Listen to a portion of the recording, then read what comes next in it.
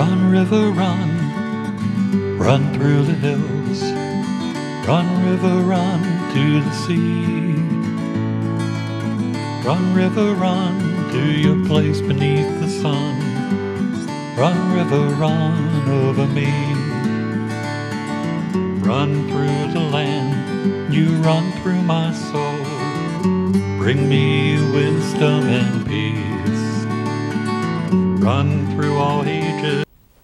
Hi, welcome to Be My Guest. This is Jan Lewis, your host. Today we have a continuing part of our series of saluting our local nurses. And I am absolutely delighted to have from right up our street, from our Milford Regional Medical Center. And boy, has it come a long way. I have three of our nurses. I'm going to introduce them to you right now. We have to my left, I have Judy Kelly. She's an RN. She is the Vice President of Patient Care Services, CNO. Judy, what does CNO mean? Chief Nursing Officer. Chief Nursing Officer. To her left, we have Karen Metz. Nope, here we go. Karen is down at the end. Karen Metz, and she's an RN. She's the Director of Inpatient Services and recent manager of the ICU. And then last but not least, Stephanie Brochu. I'm getting there. Yeah. Stephanie Brochu. She's an RN, and she's the manager of clinical informatics. I got that right. And she has experience in OB neonatal nursing experience. And I remember with my little son with his jaundice how incredibly crucial it was to have a needle. He wasn't dying, but for some reason all the men, the firstborn guys in my family, had jaundice. And my mother said, well, boy, all I did was stick your brother under the sun. And I said, well, it isn't that way now. They put in the little uppy things there, and that's how they discovered it, actually. The babies that were closer to the windows actually didn't have jaundice, and the ones that were further away did. Yeah, that's how they discovered it. Judy, how long have you been our head RN over there? So I've been at Milford Regional Medical Center for 8 years, but I've been in my current position for 3 months. 3 months. Yeah. Vice President. Yes. Where were you before you went to Milford? I'm at Norwood Hospital. Oh my God, it's Caritas Norwood now. Is that? Yeah, my parents went there. Yeah, they were there. When were you there? There now. So I was there for 10 years. So I went there, I think, around 1999. Yeah. Oh, you were definitely there. They passed away in 2004, 2005. Yeah, you were there. Wow. You were on board. How long have you been nursing, all in all? Oh, a lot of years. Well, it's not that long. Well, 30 years. Yeah. Are we talking all baby boomers here? Oh, we have a tribe sitting here. Yeah. Very proud tribe. Yeah. So did you know, Judy, that you wanted to do this when you were a kid in high school? Did you know? I think it wasn't something I always thought I wanted to be a nurse. Yeah. I loved science, and I had an older cousin who was a nurse. She was at St. Elizabeth's, and I actually went and worked in a hospital as a nursing assistant. And the science is what I liked, but ironically enough, when I got into it, it was more that drew me was the relationship with the patients. Right. And you must see a lot of caregivers. I know I had 4 incidents in my own family of caregivers. 2 of them one passed away of burnout. It's a long story, but I try to be a coach for caregivers too. It's unsettling to see what happens to them. Mm-hmm. Now, Stephanie, how long have you been in nursing? Let's see. I graduated in 1986. Yeah. So I've been a nurse since then. I've been at Milford for 5 years. Prior to that, I was at Tufts Medical Center for 27 years. Part of that was being a student. So. And did you know you wanted to be in the ICU early on? No, I always knew I wanted to be a nurse. Yeah. I kind of fell into the neonatal ICU. I was working in a step-down nursery, and they were looking for people to go into the neonatal ICU, and so I volunteered. I think that's amazing because we do really need. I know Memorial, they have it. That's all the one I knew. I don't even know if St. Bede's has it or not, but it's so important. Oh my gosh, it really is. You could at least go in there, the patients, and the patient, I could hold him and rock him, but I couldn't bring him home. And for your firstborn child, it's like, that was rough. And then when he did come home, they had that little thing, the wallaby thing that wraps around his tummy. Yeah. So we could find now, Karen. How long have you been a nurse? It's 31 years. We got some really young ones here. 30. Did you know in high school you wanted to do this? No, not nursing specifically. I, like Judy, was very interested in science, liked science a lot. Kind of knew that I wanted to do something in the medical profession, but wasn't exactly sure what. You weren't And sure. originally, when I left high school, I was a biology major. Oh my God. So from there, decided that I definitely wanted nursing, and so all of that coursework translated quite easily. We have some brains sitting here because let's see, you have mentioned science and biology, which I wasn't crazy about. Who was genius in math? You have to be good at math, right? To be a nurse? Math and science, kind of, I think. Math wasn't exactly my strong suit. You gotta, what is, you have to learn how to, is the word titrate the different medicines? You have to know how to put them in. And now calculate and you've seen, all three of you, all the new things going on, the new gadgets. Kelly, Judy, through the years, I mean, has it been like culture shock to learn all the computer things? Yeah, I mean, I think sometimes it is. It's a lot of change, but it kind of happens gradually. And we have wonderful informatics support, so that's where my role developed. That help us. What is informatics?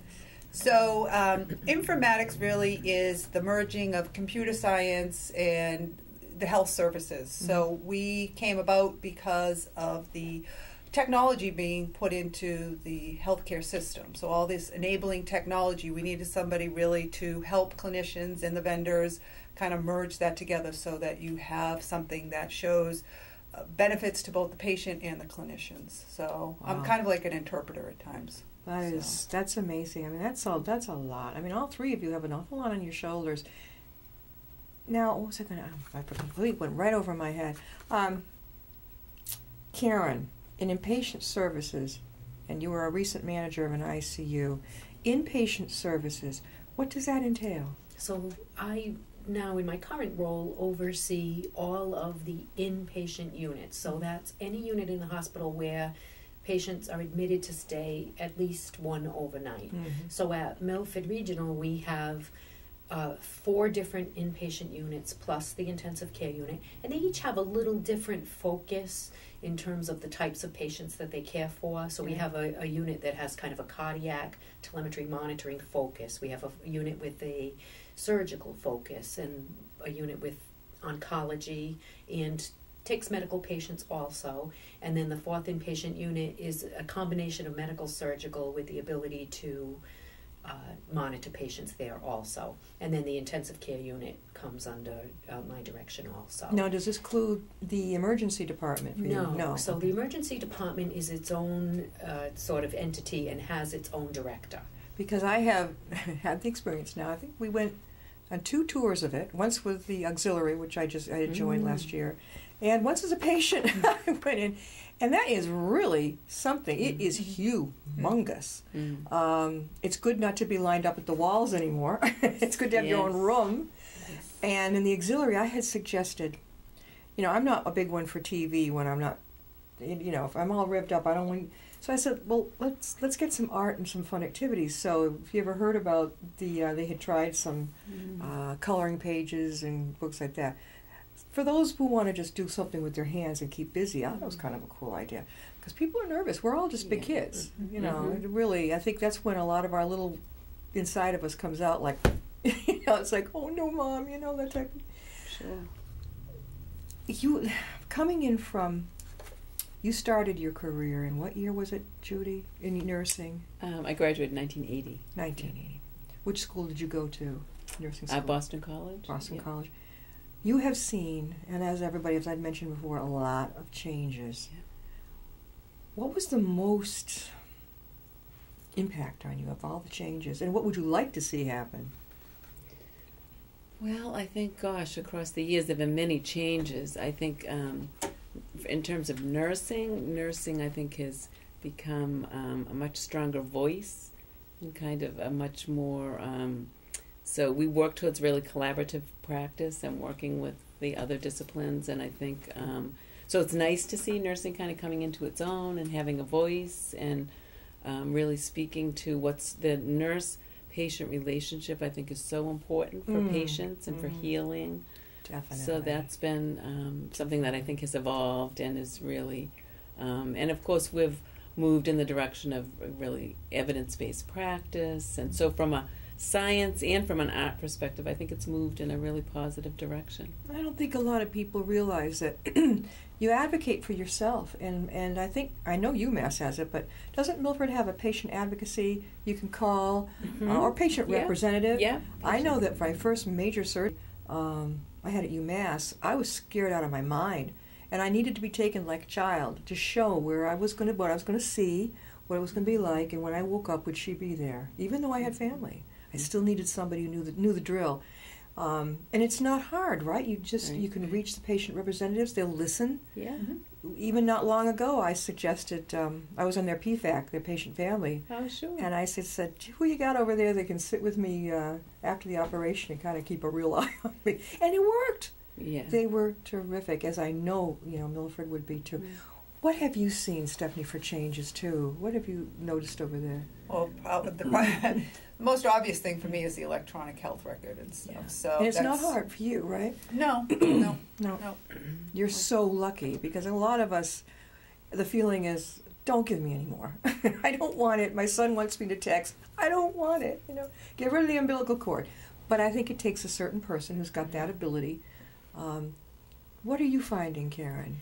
So I think I would speak to kind of a combination of both what Judy and Stephanie have mentioned. I think that Judy's right in saying that there's been such a change in nursing being viewed as a profession and truly having a partnership in the care of the patient, and knowing that it being recognized throughout the healthcare team that the nurse is with the patient 24/7, essentially, versus that not being the case with some of the other disciplines, and having the nurse being in that unique opportunity to be able to advocate for the patient, the family. In the intensive care unit, we do a lot of caring for families in addition to caring for the patient, and being able to alleviate their fears, just like you spoke about how anxious anyone is when they come into a hospital setting, and there's so much unknown, and the nurse is in a unique position to be able to help reduce anxiety and explain what's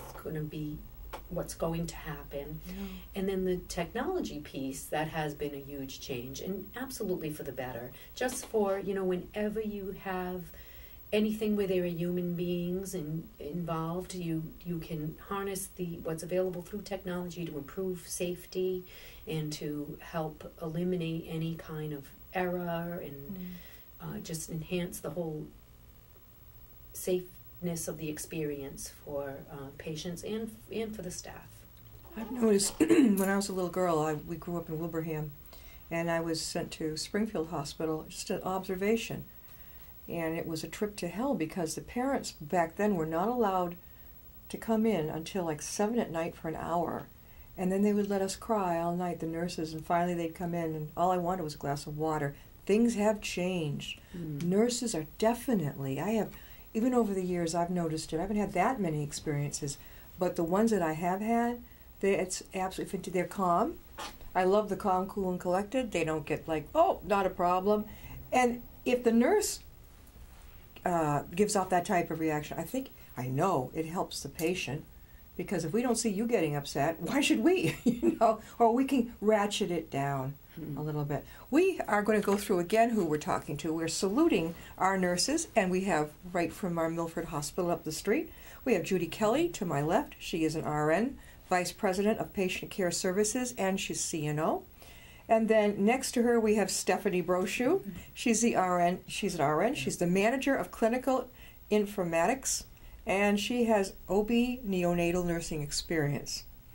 And then last but not least, we have Karen Metz, RN, Director of Inpatient Services and recent manager of the ICU. Now, I did some homework. I always get the Sunday papers.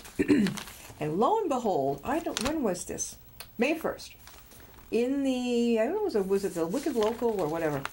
9 things nurses do that you never knew about. I love it, and I knew you girls would love to talk about it.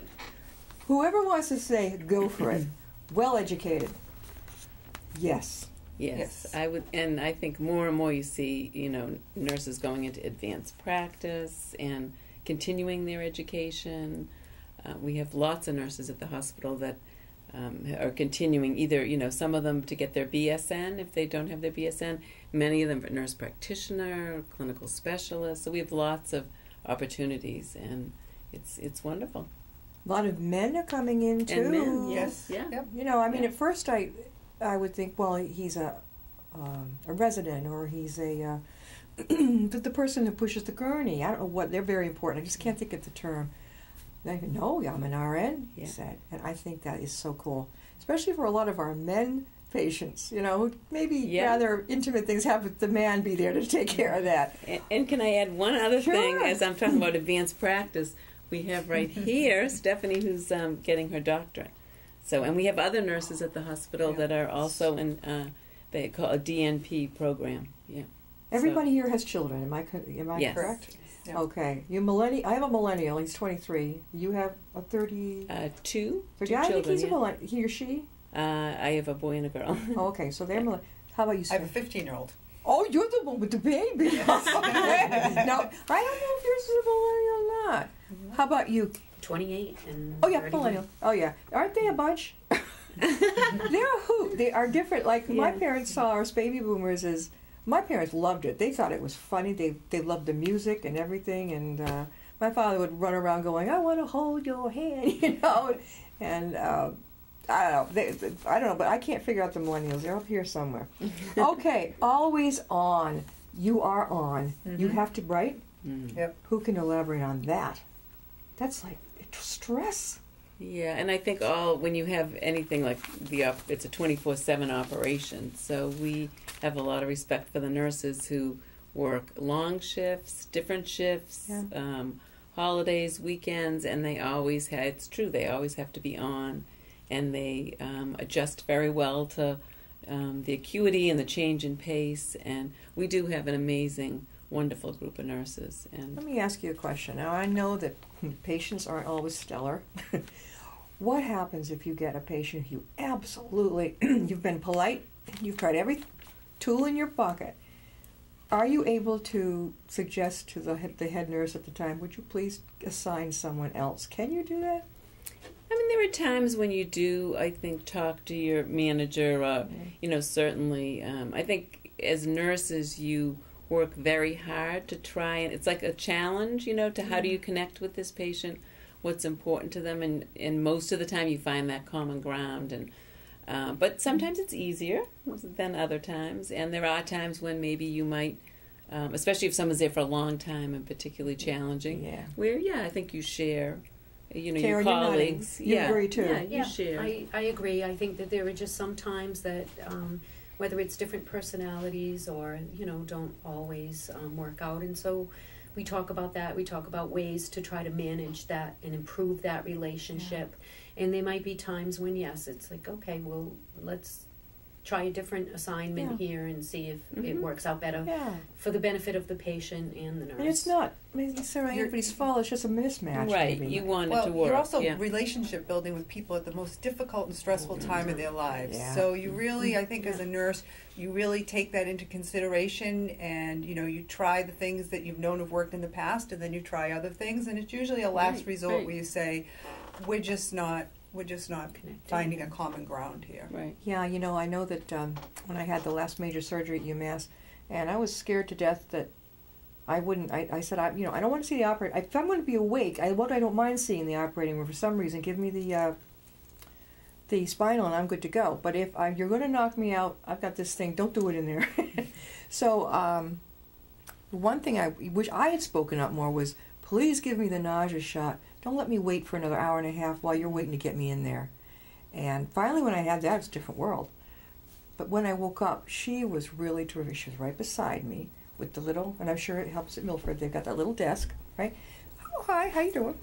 He's walking along, and I'm like, oh, well, she seems okay. I guess I'm all right. So and then comes my husband walking around the corner with a little stuffed animal, oh, you've got a wonderful, let me tell you, your gift shop outweighs even UMass. UMass is so small.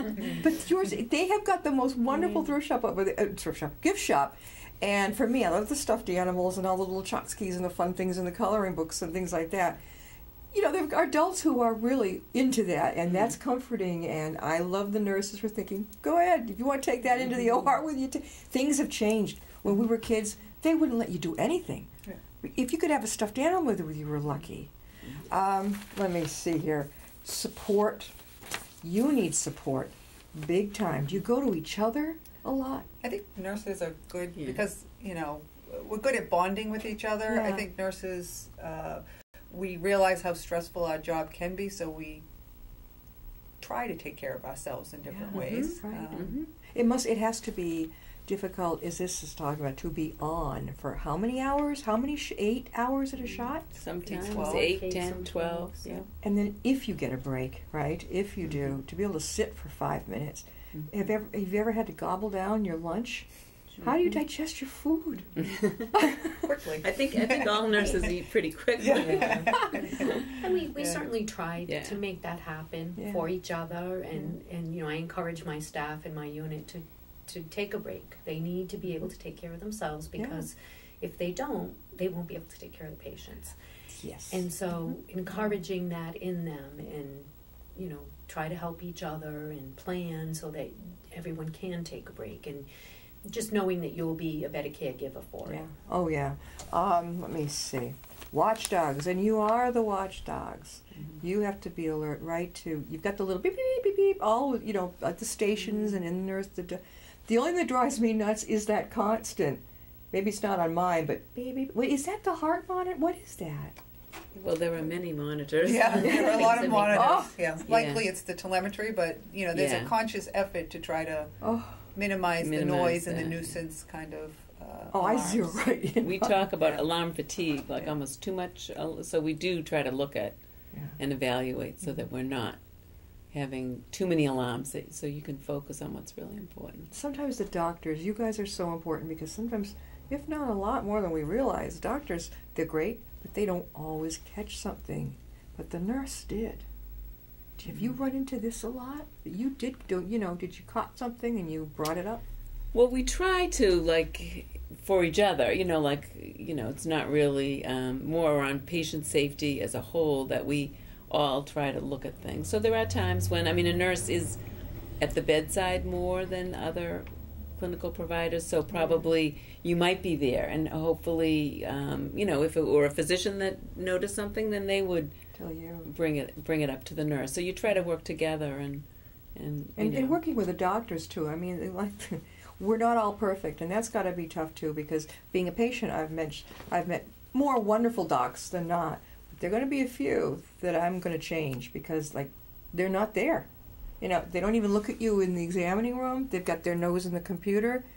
I don't know. To me, that's a little unsettling. At least look at me. Yeah, you have to have someone, I think, that you can connect with well. Yeah, you want to groove with them. Let me see. The wearers of many hats. Boy, is that true, huh? Who wants to expound on that one? Go ahead, Karen. That one to Karen. So that's absolutely true, and the nurse is very flexible and steps into whatever the need is. So, you know, some of the different hats, they are the direct care providers. They're certainly teachers and helping patients learn about their disease and what they need to do to take care of themselves once they go home, learn about the medications that they're on, how to take them safely, learn what to watch for after they go home.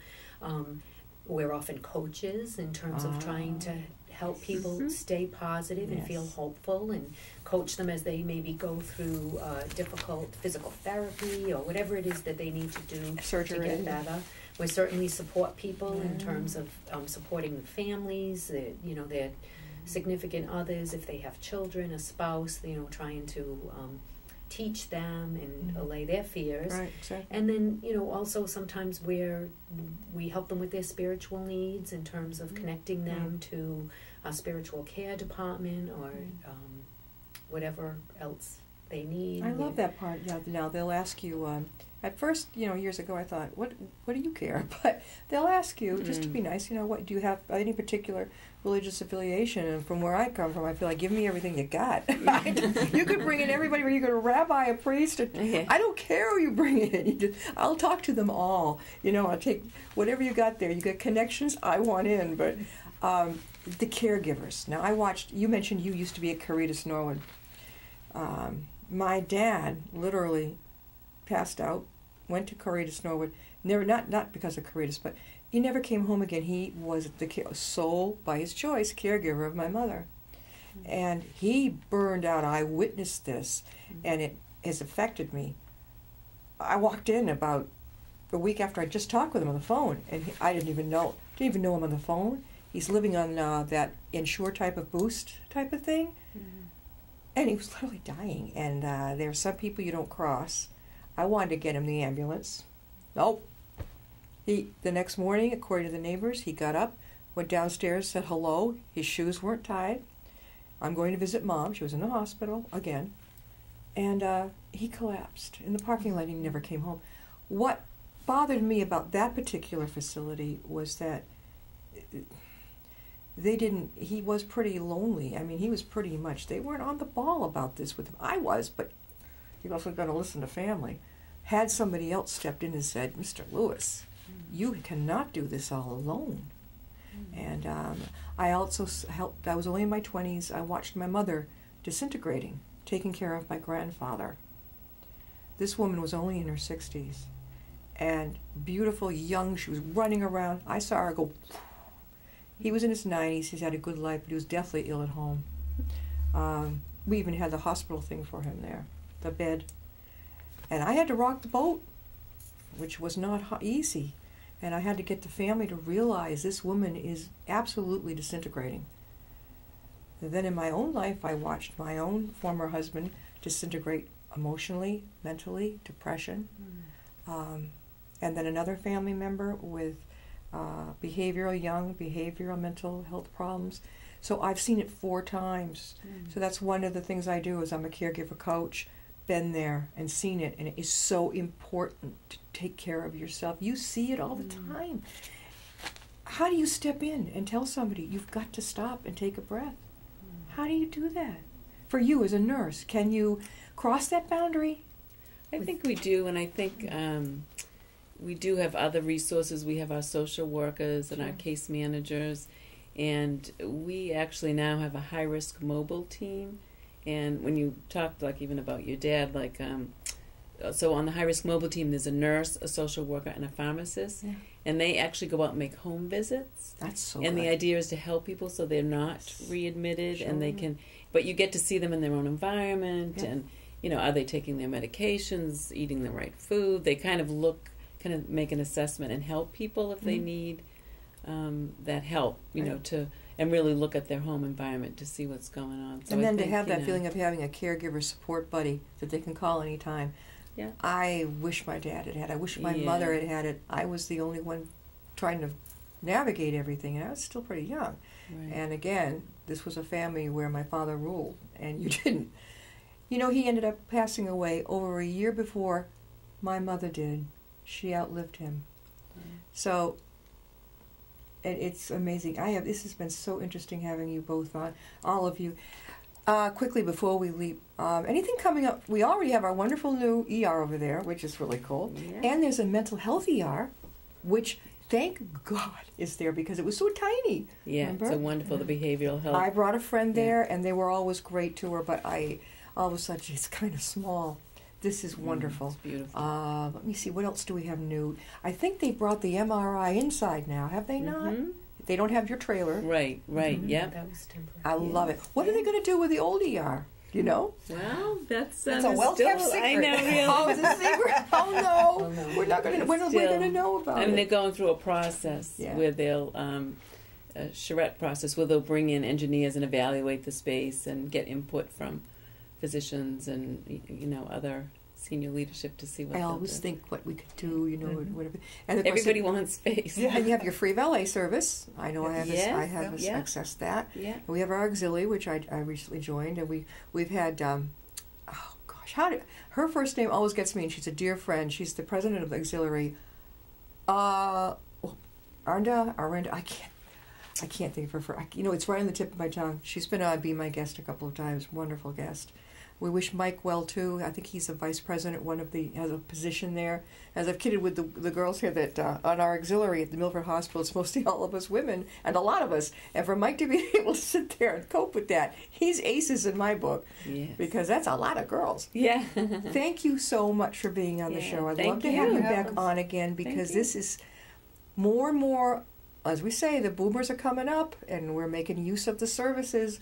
We don't age, we youthen, as I say, and we're going to be into our hundreds, and good luck to you. Thank you so much. Yeah, thank you. Welcome. We'll see you next time I'll be my guest.